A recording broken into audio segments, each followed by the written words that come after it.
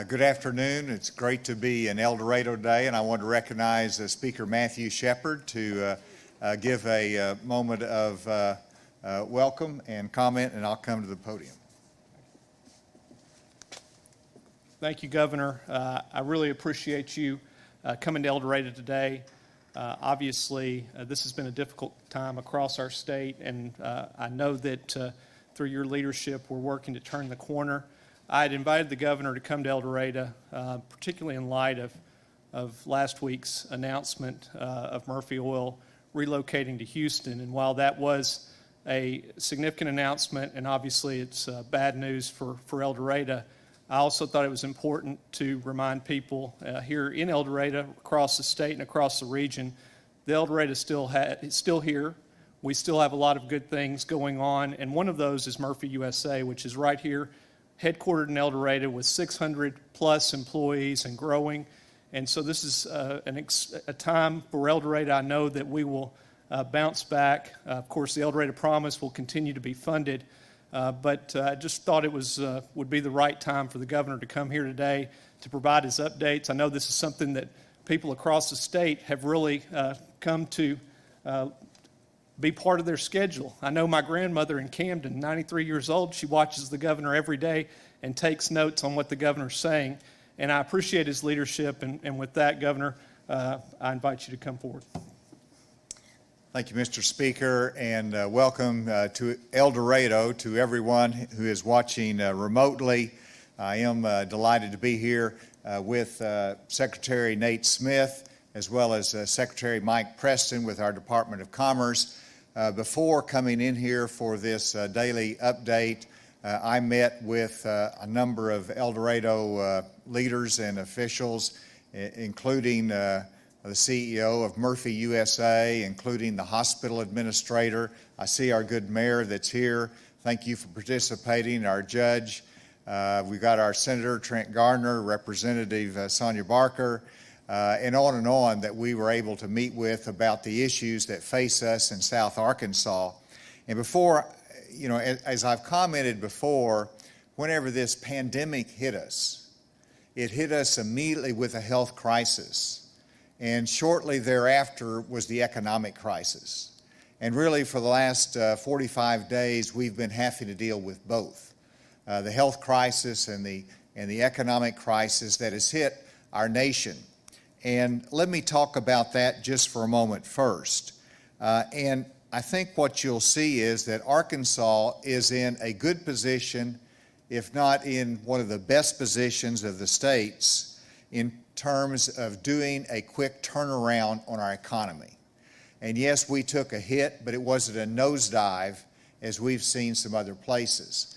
And I think the reason that we're in a good position to rebound quickly in Arkansas is because we didn't shut down our complete economy, but that we managed it and we minimized some of the hurt that was out there, even though our economy took a hit as well. But it's also the underlying fact of Arkansas's economy that is based upon a broad diversity. We have a very diverse economy that while one might suffer and others might not as bad, we can come back together more easily because we've got the diversity in our economy, and South Arkansas is a good representative of that. Where you have right here at Murphy USA, a leading retailer across the United States, whenever you look at the manufacturing sector with Lanxess, I see Patty Carden here, who's been so instrumental in our recovery task force. Whenever you look at the timber industry, and while it's been hurt because of a lack of consumer demand, it is still strong in South Arkansas. Whenever you look at Resolute that acquired Conifex in the timber industry, and they're excited about their opportunities here. When you look at the Standard Lithium project here in South Arkansas, whenever you look at the active chamber that you have, Bill Luther, that works so hard on the chamber activities. This is exciting for me to come here to South Arkansas and see the commitment, the diversity, and the underlying strength of this economy. And yes, we certainly will miss Murphy Oil, but they will always have a connection to Arkansas, and I know we have their family's commitment as well, and that means a great deal to us all. We're also in a better position because we have an underlying strength in our state budget and in our unemployment compensation fund. We have $780 million in our reserve funds for unemployment compensation. And that puts us in good position to meet the needs of those that are struggling and have been unemployed. And so that leads me then to where we are today in terms of the cases, our COVID-19 cases. And if we can go, well, first let me go through the numbers here. And we didn't convene our update on Sunday. And so our last report was last Saturday, which we had 3,900.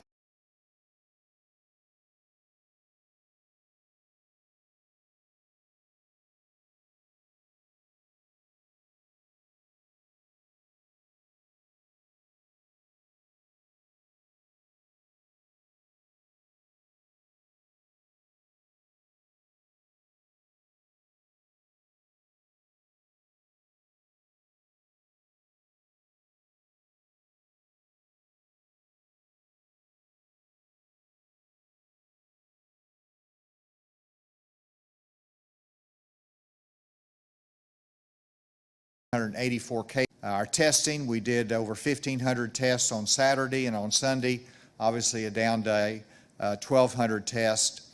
And so our positivity rate remains very, very strong. I just was with the call with the Vice President, Mike Pence, right before coming down here today.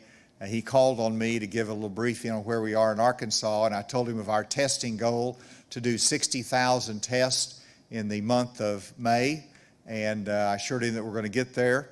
And Dr. Smith, you're going to get, whoops, where are you? Dr. Smith, you're going to get us there.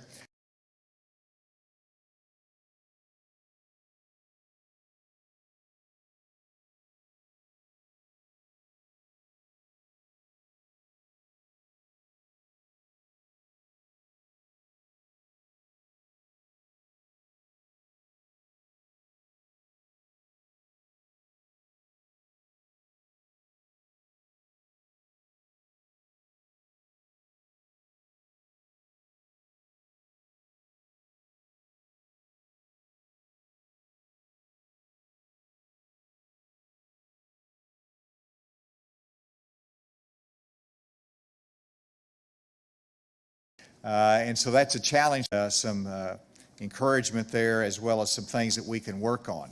If we'll go to the charts, which I believe everybody online can see, you'll see the number of new COVID-19 cases in Arkansas. And here again, you can see that one spike toward the end. And then we've had 2 days that are back to the normal trend downward. That's what happens whenever you have a spike in a prison system or a federal correctional institute.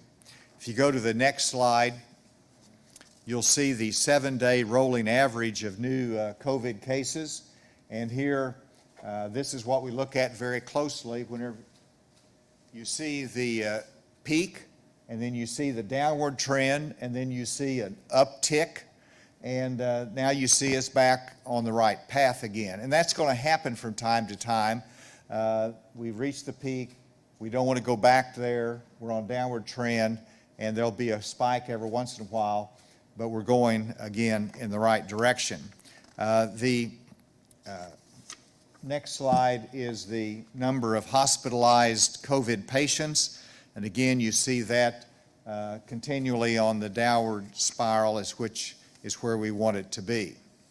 The next slide is the number of active cases in Arkansas, and this, of course, are those that are the total number of cases less those that have recovered, and these are the active cases, and you can see that almost mirrors where we were in our total cases, where we're continuing our recovery. Of course, that's a lesser number with fewer than 1,000 in terms of active cases. And then there's two graphics I want to show you that reflect South Arkansas, and I got to apologize to you a little bit because it's like some of our congressional districts. Whenever you talk about Southwest region, it's not always just South Arkansas. It included a little bit up the western side, so a little bit like our congressional districts. But you can see something important here, and this is the rate of growth in cases. And so you can see Central Arkansas is on the left over there, and Central Arkansas is where we had the early spikes that we had our growth in cases there early, and that has declined in terms of its growth. Northeast and then northwest, and then you see southeast and southwest are the two tallest graphs, bar graphs, and of course that reflects about an 18% growth in cases, and so that's something that is percentage of increase in growth. There's still very low numbers, but I thought you ought to see that. We need to stay on guard, and it's a reminder of that. If you go to the next slide, a little bit more encouraging slide, because that shows that here again in the Southwest region, you're exactly on the right target path on a decline in the number of cases. And so while we're making progress, today is the first day that restaurants can do dine-in again if they choose to do that.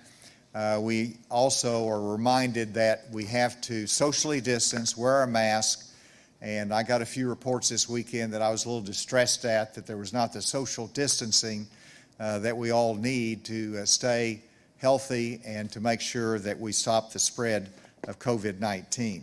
And with that, let me invite Dr. Smith to come to make his comments. Thank you, Governor, and it's very good to be here in Union County and El Dorado. I'd like to give a few details on the numbers and then comment on a couple of things that the Governor mentioned already. First is, as the Governor mentioned, we've had 31 new cases since yesterday. We had 28 the day before, so total of 59 over the weekend. Of the 31 new cases, as the Governor mentioned, 6 are in correctional facilities and 25 are community cases. So our total is 4,043 cases. Of those, 803 are considered active cases. Of our active cases, currently 278 of those are in correctional facilities. 86 are in nursing homes, and 439 are in the community. Of the cases that we've had, we currently have 61 that are hospitalized. We have 11 that are on a ventilator, and we are up to a total of 94 deaths. So we've had an additional 3 deaths since yesterday and an additional 1 between Saturday and Sunday. We have 3,149 who have recovered. That's up 37 from yesterday. Briefly to report on the nursing homes, we have 49 nursing homes that have active cases either in residents or workers. We have a total of 289 residents who have tested positive for COVID-19. That's an increase of 3 from yesterday. And we have 172 workers in nursing homes who have tested positive, and that's up 4 from yesterday. We have from our prisons no new cases to report from the Cummins unit. From the Cummins unit, we have a total of 9 who are hospitalized, 1 on a ventilator, and we've had a total of 7 deaths, unfortunately, but no new deaths since yesterday. From the Federal Correctional Institute in Forest City, we've had 4 additional cases in inmates, so we have a total of 332, and we've had 1 additional case among staff, so we're up to 16 staff. I want to talk briefly about our recovery, our reopening, and moving back towards life as normal. One of the things that is very important for that is for us to get our healthcare system back and going, as well as our other businesses and industries. And that means having confidence in our hospitals, our clinics, our private providers. I had a conversation with my father and mother-in-law over the weekend. My father-in-law had an appointment scheduled for this morning, but they were afraid to go to see his primary care doctor because they were afraid of getting COVID-19 or that he would go and bring it back to her. And, that's an important conversation. So we sat down and talked about the things, the precautions that are being taken, and how much our hospitals, our clinics have done to prevent the spread of COVID-19, and how it was important that he go to that appointment. And I was very encouraged when I left this morning to see that he and my mother-in-law had gone to the appointment this morning. So very encouraged. But it's going to take us getting back into confidence, going, and unfortunately there are people who have suffered medical conditions completely unrelated to COVID-19 because they've been afraid to go to their clinic or to the hospital. And as those facilities have done such a good job of preventing the spread of COVID-19, we need to encourage ourselves and each other to get the care that we need, not gut it out at home. And the second thing I wanted to talk about was the testing. The governor's mentioned how important the testing is. Being able to test gives us the ability to rapidly detect new clusters, new outbreaks, and to respond quickly. But that's an effort that takes all of us. It's not just the labs, it's not just the hospitals, it's also all of us, those who have symptoms coming in to get tested, those who have been exposed or have been around someone with a known or suspected case going in and getting tested. And so for us to increase our testing, that's something we all have to do together. Many have been working hard at the Arkansas Department of Health. Our staff are working hard to move us towards recovery from COVID-19, but I want to particularly call out our public health lab. They've been working literally around the clock, and on Friday, they did over 300 tests, which is the most they've done in one 24-hour period. And with the very labor-intensive work they have to do to perform those tests, I just want to really extend my thanks to them and to all those in the hospitals and in the commercial labs as well who are working towards achieving those goals. With that, I want to turn it back over to the governor. Thank you, Dr. Smith, and I'm glad that Secretary Preston is with us today. He is one of the key members of my economic recovery task force and doing a great job on that, as well as helping to put together the system that's needed to get the important pandemic unemployment assistance to our self-employed out there that have been struggling. And so, Mike, thanks for coming to South Arkansas. Thank you, Governor. It's always good to be in South Arkansas, and definitely good to be here in El Dorado today. And appreciate all the work from the Economic Recovery Task Force and those members who were on the Commerce Committee. Thanks to Patty for being here today with Lanxess and her leadership. And a big thank you to Chairman Walton, who was leading the task force and took the effort this weekend to do the fly around the state to promote the task force and to promote the work that's being done and salute the healthcare workers. I know they flew over El Dorado this weekend as a number of other cities across Arkansas, and I think that brought some much needed attention to our state for the positive efforts that we have done. Very thankful for the team and what they did to this weekend. I do want to give a couple updates related to the Department of Commerce and where things stand and how we see things moving forward.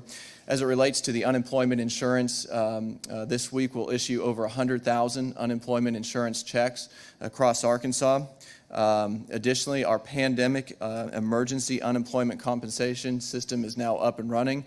This is allowing those folks who had been out of work prior to the pandemic hitting, is giving them an additional 13 weeks of eligibility thanks to the CARES Act. That is part of the new system that we are put in place. Additionally, the Pandemic Unemployment Assistance System went live last week. We've had about 23,000 individuals file for claims via that system. We are in the testing for that to be able to claim it, to file eligibility and for us to examine that eligibility and hopefully be able to issue checks here in the next couple of weeks as we're able to get the testing complete with that. If you are one of those individuals who are filing for the pandemic unemployment assistance, if you fall in that category as a freelancer, a gig economy worker, self-employed, go to arunemployment.com, and that's where you can go ahead and process that information, and our team will take care of you and make sure you're set up there. I do want to thank our companies here in Arkansas. We are fortunate. I compare the numbers to other states and where other states are looking, and the number of claims that they're having, and the payments that are going out. And despite the large numbers that we see in Arkansas, it could be a lot worse compared to where other states currently stand. And a lot of that, I think, you can attribute to our not sheltering in place. We're allowing businesses to stay open in a safe, secure manner. But it's a big thank you to those businesses. A thank you to Murphy USA, who is hosting us here today, for the work that they've done not only in Arkansas but across their 26-state footprint of allowing their workers to safely still stay open, do the things that they need, offer them the PPE that they need. A company like Lanxess right here in South Arkansas, who continues to be in that critical supply chain and be essential in manufacturing. And Arkansas is such a rich state in manufacturing that we've been essential. We've needed these companies to stay open, and they've done so in a safe, secure manner. And that's allowed us to help us weather the storm a lot better than other states have. And I commend our businesses for taking the leadership on that and continuing to lean forward. For our Arkansas Ready for Business grant program, big appreciation to the legislature who came together last week and approved the funding for that to meet the needs of the applicants that came in. We had over 12,000 applicants around the state requesting funds through that. Speaker, appreciate you and your leadership, and Representative Barker and Senator Garner for y'all's work to allow us to get that done. We're excited as we're going through those 12,000 applications. We had over 152 from right here in Union County. That's about $2 million that you guys will see in your economy very soon. That money will begin to move forward and really to help folks as they get back to work and do so in a safe, secure manner. And then to Bill Luther and the team here at the El Dorado Chamber, we appreciate our chamber so much, and our local economic development folks who continue to lean forward, who see this as, an opportunity to weather the storm and help their local businesses, but also look beyond what's next for Arkansas. How do we capitalize on this to become better, become stronger as a state and as local communities? And you guys are working so hard to do that, and we look forward to partnering in the future as we move forward and figure out how we're going to do proactive economic development and recruit into a community like El Dorado, like Union County, and across the state of Arkansas. And Governor, that concludes my remarks. Thank you, Mike. And with that, we be happy to take any questions.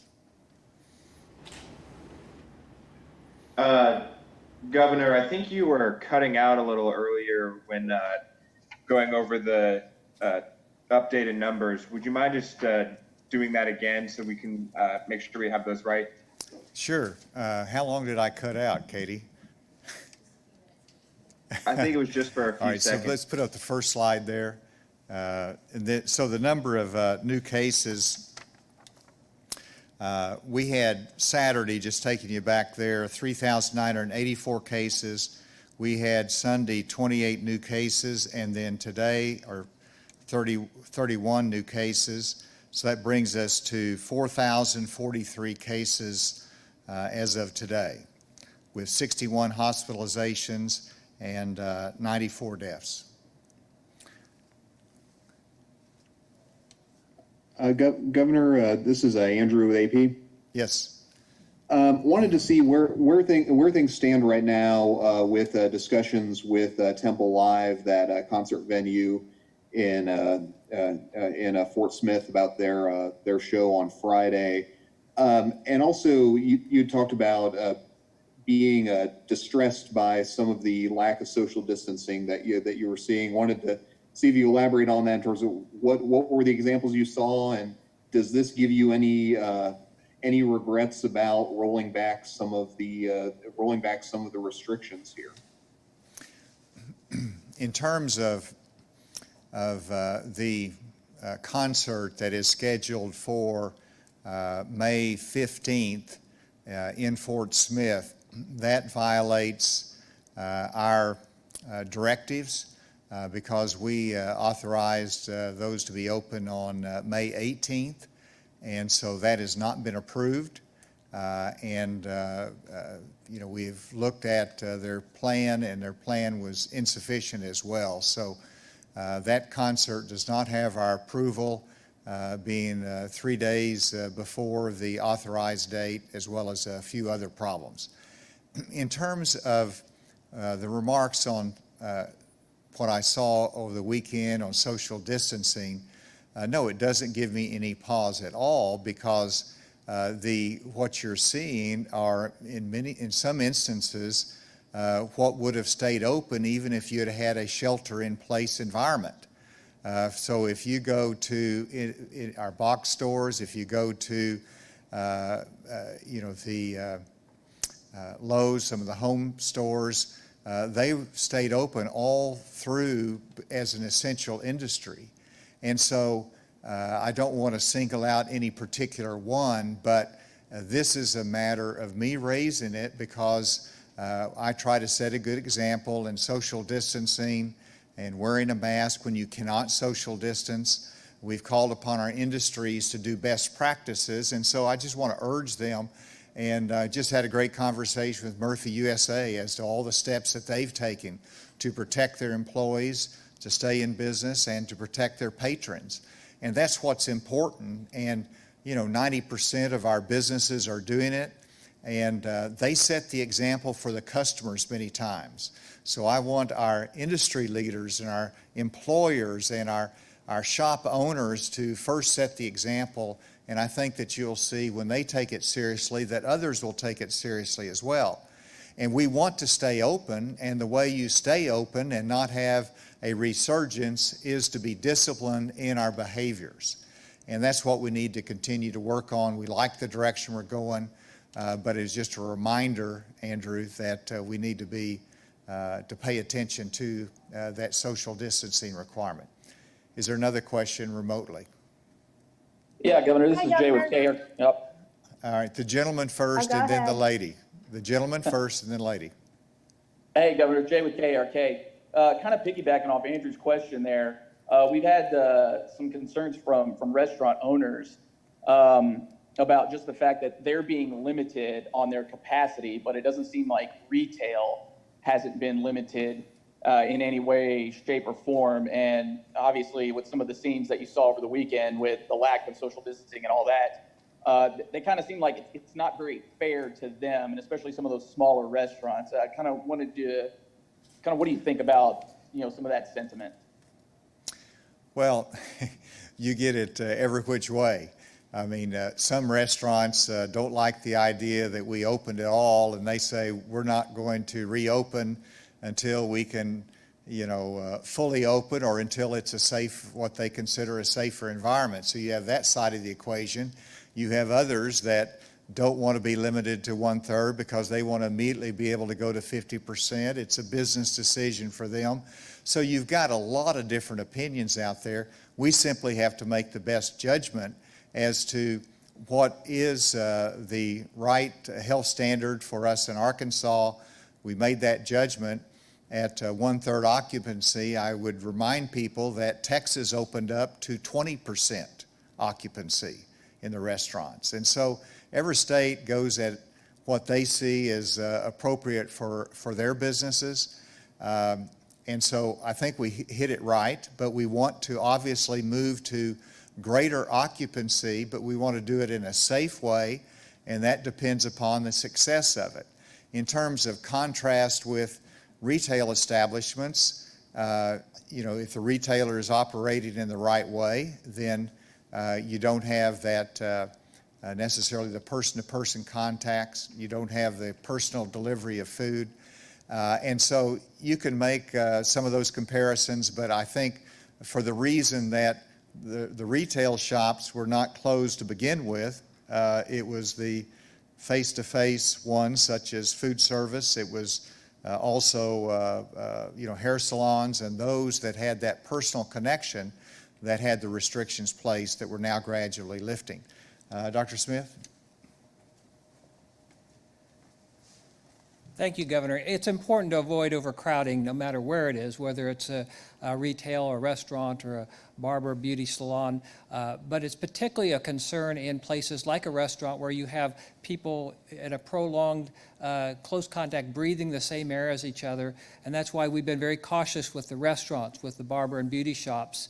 Again, I'm not advocating packing into the Lowe's or the TJ Maxx or whatever. It's important for people to try and pick off hours, keep those 6-foot distances, but passing by someone briefly is less of a risk than sitting in the same space for half an hour or an hour. There was a lady that asked a question remotely. Yes, sir. Governor Hutchinson, it's Ashley with THV 11. I've got a couple questions if you'll allow me. The first one is some mayors have allowed youth sports like baseball and soccer to resume. Do you have any concerns about that?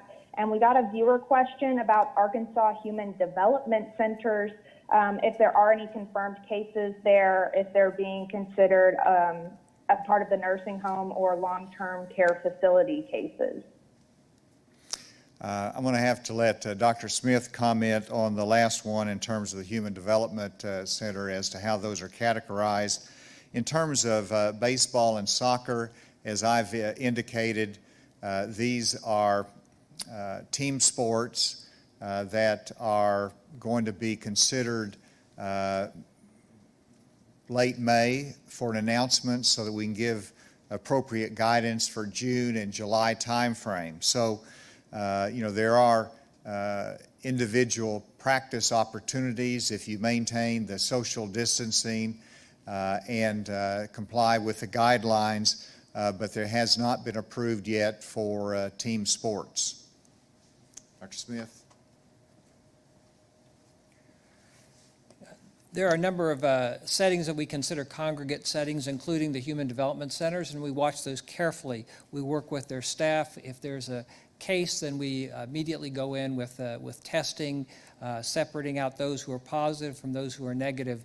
And so there's a number of these congregate settings that we're following, not just nursing homes and prisons, but all of those. So it is important that we do understand those human development centers are also at-risk areas. Another question? But Dr. Nate Smith, are there any confirmed cases from development centers? Do you know? I don't have that information with me right now. I know we have not had a major outbreak recently in any of those centers, but we can get back with you with specifics. Any other questions? Governor, as the state starts to open up again, can you give us a look at what enforcement might look like in these The question is in reference to appropriate? testing and my impression of the testing here in South Arkansas. And we've had, according to my statistics, over 500 tests that have been done just here in Union County. And so I think that's a good start. I think we need to increase our testing all over the state. And so it's really a great question because it gives me an opportunity to remind people that if you have any symptoms that are consistent with COVID-19, it would be a good idea to go get a test. And particularly if you're in a vulnerable age group. And the testing goes much quicker than it used to. You don't have the same long lines. I think they said they're doing about, a number of tests through the hospital here. So you've got a testing site here. So I think South Arkansas is doing well, but we do want to increase that testing over the course of the next month. Is there any other question remotely? Yeah, Governor, can you talk about what enforcement might look like as the state starts to open up, both in terms of whether officials see something that might be a violation, happen ongoing, and then whether you find out about something that may have been a violation after the fact? Well, I'll answer it, and of course, Dr. Smith, who has his team that goes out and has responsibility for enforcement of these directives. First, I want to rely upon the good sense of Arkansans. And so, they know what the risks are. We want them to do the right thing, both from an employer standpoint, but also in terms of the patrons. That's the first expectation we have. Secondly, we have directives for a reason. And so, for example, in our state park systems, we direct in our state park systems for people not to congregate in groups greater than 10 at the time. And when we saw that happening, I asked our park rangers to go out there and remind them. I didn't ask them to go out and arrest them. I asked them to go out and remind them of these social distancing requirements. And that's what I expect. Whenever I saw a store that I didn't think was practicing social distancing, I called their regional office and I said, what are your guidelines? It doesn't look like you're doing it well enough. Can you do it better? And I'm having a lot of complaints about it. So those are things that I'm doing as a public leader. And then the Department of Health, of course, has a little bit more rigorous abilities to enforce some of this. Dr. Smith? Thank you, Governor. Yes, again, as the Governor has mentioned, what we try and do is work with people, with groups, to bring them into compliance with our directives, because all these directives are really designed to keep people safe. And I don't think there's anyone who has any desire not to have people safe or wants to spread COVID-19 around. So that's usually sufficient, is to have those conversations and to talk about the directives, why they're in place and what needs to be done. In cases where we do have individuals or organizations that continually really refuse to follow those directives, for individuals we have orders of isolation, orders of quarantine that we have used. For those industries that we license, of course, compliance with the directive is a condition of their licensure, and they could have their license revoked or be shut down. For those that we don't license, we have the option of doing a cease and desist order. But again, these are things that we prefer not to have to do because what we're putting in our directives and our guidances really benefits everyone. You had mentioned testing, and I just wanted to, can I go ahead and shift to that? We would like to see more testing in the southwest part of the state, and particularly in Union County. Again, I think you all are doing a good job, but in terms of tests per 10,000 people, sort of tests per population, in Union County we're doing 131 tests per 10,000 people. For the region, for Southwest region, it's 145 per 10,000, and for the state, it's 233 per 10,000. So I'd love to see a lot more tests coming from Union County in general and Southwest Arkansas specifically as well. Is there one final question? Yes, Governor, is there a breakdown of what the business sizes and sort of the makeups of some of those small businesses for the ready for business applicants, and how much has actually been requested? Yes, there is a breakdown for that. And if I remember right, it was about, well, Mike's getting the statistic. Do you have it, Mike? I think so. Go ahead.